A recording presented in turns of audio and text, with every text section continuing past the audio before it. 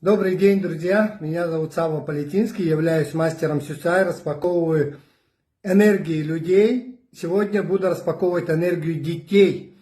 И сейчас будем говорить про детей, которые родились 1, 10, 19, 28 числа. Мы говорим, это число сознания 1.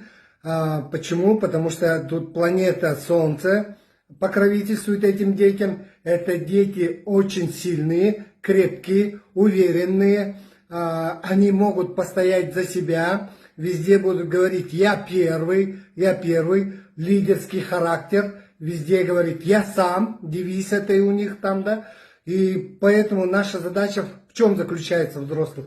Заключается в том, чтобы ребенок через вот эту вот свою уверенность не стал эгоистом, да, в обратную сторону не ушел. А наша задача в том, чтобы научить таких детей коммуницировать с другими детьми.